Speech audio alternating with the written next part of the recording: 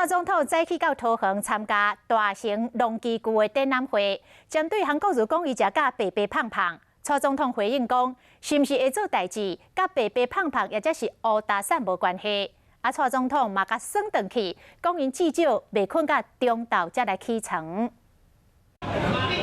总统蔡英文到桃园出席大型机具展，桃园市长郑文灿甲农委会主委陈吉中拢有出席。讲起了蔡总统伫农业上有做啥物代志，有农机的贷款，有农机具的补助。执政党拍出政绩牌，抑阁对手韩国瑜却点名蔡总统甲郑文灿的外形是肥肥胖皮，国民党县市首长拢是乌大散。白白胖胖的吧？你觉得他这样子的形容你自己怎么看？会不会做事哦？有没有努力做事，跟这个白胖，或者是黑瘦都没有什么关系了哈。那我们这里就有一个第1名的直辖市长哈。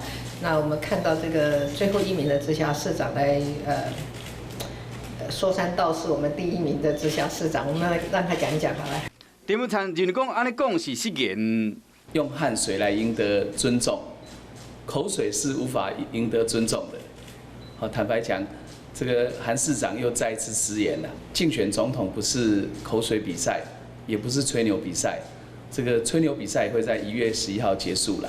对了，至少我们不会睡到中午才起床。蔡总统嘛甲报一称，毕竟敢会晓做代志，甲肥肥白白乌大散拢无什么关系。